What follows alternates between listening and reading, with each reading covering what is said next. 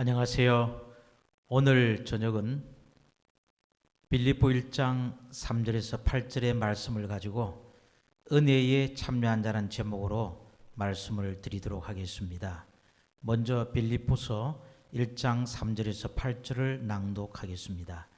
내가 너희를 생각할 때마다 나의 하나님께 감사하며 간구할 때마다 너희 무리를 위하여 기쁨으로 항상 간구함은 너희가 첫날부터 이제까지 복음을 위한 일에 참여하고 있기 때문이라.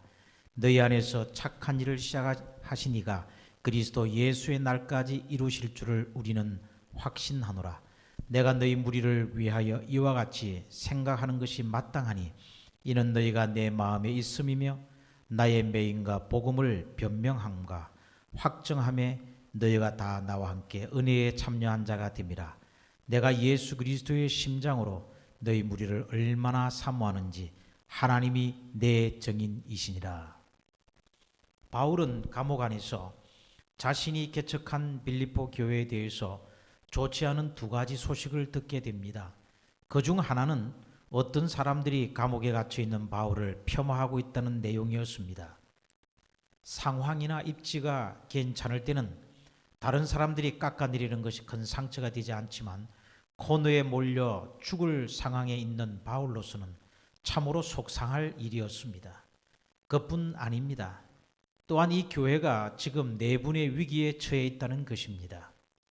자, 그런데 3절을 한번 봅시다. 내가 너희를 생각할 때마다 나의 하나님께 감사하며.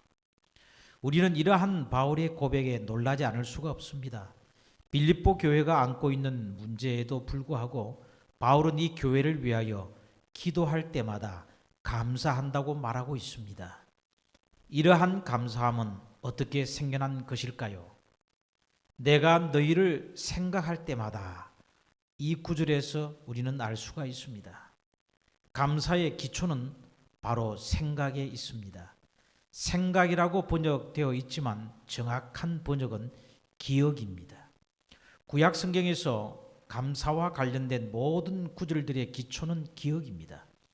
대표적인 예가 신명기에 나오죠. 신명기를 보면 애굽에서 인도하여 내신 여호와를 기억하고 예배하라는 말씀이 여러 번 나옵니다. 또한 감사는 잊지 않고 기억하는 데서부터 시작됩니다. 기억하지 않는 사람은 감사할 수가 없습니다. 우리가 해마다 추수감사절을 지키는 이유는 기억하기 위해서입니다. Thanksgiving Day라는 단어도 thinking이라는 단어에서 파생되었습니다. 하나님의 은혜를 기억하고 기념하는 것입니다. 우리가 잊지 않기 위해 기념하는 가장 큰 날이 있지요. 무엇입니까? 바로 안식일입니다. 하나님께서 여세 동안 천지를 창조하신 창조주이시며 우리는 피조물이라는 사실을 잊지 않기 위해서 주일 중 7번째 날을 지구 창조의 기념일로 정해놓고 그날을 거룩하게 지키며 하나님께 감사하고 있습니다. 바울은 빌립보 교회를 생각할 때마다 그 교회가 가진 큰 문제에도 불구하고 감사하는 마음이 압도하고 있었습니다. 이것이 바로 그리스도인들이 교회나 사람들을 대할 때 가져야 할 중요한 자세입니다. 빌립보서 4장을 보면 바울은 빌립보 교회에 대한 불쾌한 일들이 있었음을 알 수가 있습니다. 교회 안에서 성도들이 서로 싸우고 바울 자신을 폄하하는 일들이 일어났던 것입니다. 그럼에도 바울이 이 교회를 바라볼 때에 감사한 마음이 좋지 않은 일들을 압도해 버린 것입니다. 우리는 다른 사람들과 더불어 살아갈 때에 그런 마음의 능력이 필요합니다. 나를 힘들게 하는 사람조차도 감사한 마음으로 지압해버리는 그런 성숙한 태도, 주님은 우리에게 그런 성품의 열매를 원하십니다. 4절을 보겠습니다. 간구할 때마다 너희 무리를 위하여 기쁨으로 항상 간구함은.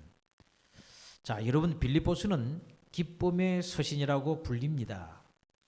그런데 바울은 모든 것이 평안하고 만족스러운 상황에서 빌립보를 쓴 것이 아닙니다. 그런 로마 감옥 안에서 이 편지를 썼습니다. 그러면 바울이 그렇게 힘들고 어려운 상황 속에서 빌립보를 쓴 목적이 무엇일까요? 그것은 어려운 환경을 극복하고 승리하는 법을 성도들에게 가르쳐 주기 위해서입니다. 바울이 전하고자 하는 하늘의 기쁨이 없다면 우리는 그리스도인으로서 세상의 환난을 극복할 수가 없습니다. 우리가 이 땅에 살면서 믿음의 승리를 경험하고 그리스도를 얘기하려면 우리 안에 그런 삶의 근거가 되는 기쁨이 충만히 있어야 하는 것입니다. 바울은 비록 감옥 안에 갇혀 있지만 그에게는 그런 기쁨이 있었습니다. 부당한 대우와 힘든 상황 속에서도 속에서 넘쳐나오는 기쁨 때문에 모든 것을 극복하고 승리할 수 있었던 것입니다. 오늘날 우리에게도 이런 기쁨이 있어야 합니다. 고난 가운데서도 기쁨을 잃지 않고 오히려 세상 사람들에게 기쁜 소식을 전하는 사람들이 되어야 하겠습니다. 사절에서 볼 수 있듯이 바울은 너희 무리 이런 표현을 자주 썼습니다. 너희 무리라고 했죠. 왜 너희 무리라고 했을까요? 그 이유는 당시 빌립보 교회가 자칫하면 분열될 위기에 처해 있었기 때문입니다. 그래서 그런 표현을 통해 너희는 하나다, 너희는 성령 공동체로서 한 가족이다 라는 사실을 상기시켜주고 있는 것입니다. 7절을 보겠습니다. 내가 너희 무리를 위하여 이와 같이 생각하는 것이 마땅하니 이는 너희가 내 마음에 있음이며 나의 매임과 복음을 변명한가 확증하며 너희가 다 나와 함께 은혜에 참여한 자가 됨이라. 성도 여러분, 성도는 어떤 존재일까요? 그리스도인은 이 땅에서 하나님의 자녀로 살아가면서 분명한 정체성을 가지고 있어야 합니다. 그렇지 않으면 환경과 상황에 따라 믿음이 흔들리고 내면과 삶에 혼돈이 오기 때문입니다. 그리스도인이란 어떤 존재인지 7절을 가지고 세 가지를 생각해 보고자 합니다. 첫 번째, 그리스도인들은 은혜에 참여한 자들입니다. 자, 여러분 무엇이라고요? 그리스도인들은 은혜에 참여한 자들을 말합니다. 바울은 빌립보 교인들을 향해서 은혜에 참여한 자라고 말을 하고 있습니다. 이것은 매우 중요한 정체성입니다. 자, 은혜가 무엇일까요? 은혜는 받을 자격이 없는 자에게 베풀어지는 하나님의 호의입니다. 그리스도인들은 그러한 은혜에 들어간 사람들입니다. 하나님의 호의를 받고 있는 사람들이라는 뜻이지요. 둘째로 그리스도인이란 바로 성도입니다. 교회에 다닌다고 누구나 성도가 되는 것은 아닙니다. 성도라는 말은 구별함을 받은 무리라는 뜻입니다. 세상으로부터 구별하여 불러낸 존재가 성도입니다. 하나님이 무엇 때문에 불러내셨습니까? 하나님 나라의 일꾼으로 쓰시고자, 그리고 그 영광을 누리게 하시고자 우리를 불러내신 겁니다. 세 번째로 그리스도인이란 그리스도 안에서 한 몸이 된 존재입니다. 고린도전서 12장 27절은 너희는 그리스도의 몸이요 지체의 각 부분이라고 하였습니다. 성경에서 말하는 교회는 성도들의 모임입니다. 건물은 교회가 모일 수 있는 공간일 뿐입니다. 예배당에 다닌다고 성도가 되는 것은 아닙니다. 그리스도의 몸의 지체가 되지 않으면 엄밀한 의미에서 그리스도인이 아닙니다. 아무리 목사 장로라 해도 그리스도와 연합된 관계 안에 있지 않으면 그리스도인이 아닌 것입니다. 그리스도의 몸, 이것이 성경이 말하는 정확한 의미의 그리스도인입니다. 이제 마지막으로 6절을 보도록 하겠습니다. 너희 안에서 착한 일을 시작하신 이가 그리스도 예수의 날까지 이루실 줄을 우리는 확신하노라. 바울은 이 구절에서 확신하는 몇 가지 내용을 가지고 있습니다. 첫째로 우리 안에서 구원 사업을 시작하신 하나님은 예수 그리스도의 재림의 날까지 그 구원을 완성시켜 나갈 것이라는 것을 바울은 확신한다는 것입니다. 이 구절에서 착한 일은 구원의 사업을 말하고 시작하신 이는 하나님을 말합니다. 사람들이 복음을 듣고 회심하고 구원을 얻은 것은 바울 자신이 한 것이 아니라 하나님이 시작하신 것이라는 것입니다. 바울은 하나님을 각 사람의 구원의 창시자로 나타내고 있습니다. 그리스도 예수의 날이란 예수 그리스도의 재림의 날을 의미합니다. 구원 사업을 완성시키는 일은 그리스도가 자신의 것을 받기 위해 올 때까지 계속될 것입니다. 지속적인 영적 성장을 하지 않고서는 그리스도가 두 번째 올 때에 그분을 영접할 준비가 되어 있지 못할 것입니다. 이룬다는 말은 끝내다, 완성하다라는 뜻입니다. 주님은 완전한 기술자이십니다. 진흙인 인간이 토기장이신 주님께 그렇게 행하도록 허용하기만 한다면 주께서 손내는 것은 무엇이든지 완성됩니다. 더욱이 장인 정신으로 만들어내는 것은 완전할 것입니다. 그리고 주님은 선을 행하는 일에 지치지 않으십니다. 바울은 빌립보 교인들을 복음의 교제 안으로 이끌어 들였으나 그것은 단 하나의 행동으로 맞춰질 일이 아닌 것입니다.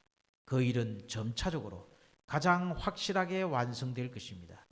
바울은 우리 안에서 구원 사업을 시작하신 하나님이 예수 그리스도의 재림의 날까지 그 구원을 완성시켜 나갈 것임을 빌립보 교인들에게 확신시키고 있습니다. 두 번째로 빌립보 교회 안에서 일어나고 있는 하나님의 일에 대해서 어느 누구도 막을 수 없다는 확신입니다. 바울은 빌립보 교회 성도들이 하는 일에 대해 확신을 가진 것이 아닙니다. 그들을 통해서 빌립보 교회에 하시는 하나님의 일에 대해서 확신을 가지고 있다는 것입니다. 사람들이 하는 일이 아니라 그들을 통해 역사를 이루어 가시는 하나님의 일을 바울이 본 것입니다. 우리도 하나님의 역사를 볼 줄 아는 눈이 필요합니다. 빌립보 교회 성도들은 각자 자기 의견을 주장하며 싸우고 있습니다. 빌립보 교회 성도들뿐만 아니라 오늘날에도 많은 성도들이 여전히 그렇게 하고 있습니다. 그러나 그럼에도 불구하고 그런 부족하고 미련한 사람들을 통해 이루어 가시는 하나님을 볼 수 있는 영적 시력이 우리에게 필요한 것입니다. 우리는 때로 교회를 하면서 이것이 교회인가? 내가 저 사람하고 일을 같이 해야 하나? 내가 간두고 말지. 이런 인간적인 생각이 들 때가 참 많습니다. 그것은 목회자이든 성도든 마찬가지입니다. 그런데 바울은 사람이나 일에 신뢰의 근거를 두지 않았습니다. 사람들을 통해서 일하시는 하나님을 보았고 그분께 확신의 근거를 두었던 것입니다. 세 번째로 착한 일은 빌립보 교회의 설립을 의미합니다. 바울은 안식일에 기도처를 찾아서 문밖 강가에 나갔을 때 그곳에 있는 한 무리의 여성들을 만났고 그들에게 복음을 전했는데 그 중에 하나님을 믿는 루디아라는 여성이 복음을 들음으로써 빌립보 교회가 설립하게 되었습니다. 바울은 이 위대한 일을 언급하면서 자신이 한 수고에 대해서 전혀 언급하지 않고 그 일을 하나님이 시작하셨다고 고백합니다. 사도행전 14장 27절을 보면 1차 전도 여행을 마치고 안디옥 교회로 돌아와서 교회 성도들에게 선교 보고를 하는 내용이 나옵니다. 그들이 이르러 교회를 모아 하나님이 함께 행하신 모든 일과 이방인들에게 믿음의 문을 여신 것을 보고하고 라고 기록되어 있습니다. 바울은 자신이 복음을 전하고 교회를 개척한 일들을 하나님이 함께 행하신 모든 일이라고 말을 합니다. 우리는 교회 일을 할 때에 사람에게 지나치게 많은 영광을 돌리는 경향이 있습니다. 그러나 교회 안에서 어떤 일들을 하든지 하나님만을 내세워야 합니다. 비록 내가 그 일을 했지만 나를 드러내지 말고 하나님이 나를 통해서 하나님이 행하신 일로 드러내야 합니다. 이것이 성숙한 그리스도인의 자세이고 무슨 일을 하든지 하나님께 모든 영광을 돌리라는 성경 말씀을 따르는 것입니다. 6절 끝부분을 다시 한번 강조하겠습니다. 그리스도 예수의 날까지 이루실 줄을 우리가 확신하노라. 이 모든 일은 그리스도의 영광스러운 재림의 날에 초점이 맞춰져 있습니다. 그날을 위해 우리가 이 땅에 존재하며 지금 여기를 살아가는 것입니다.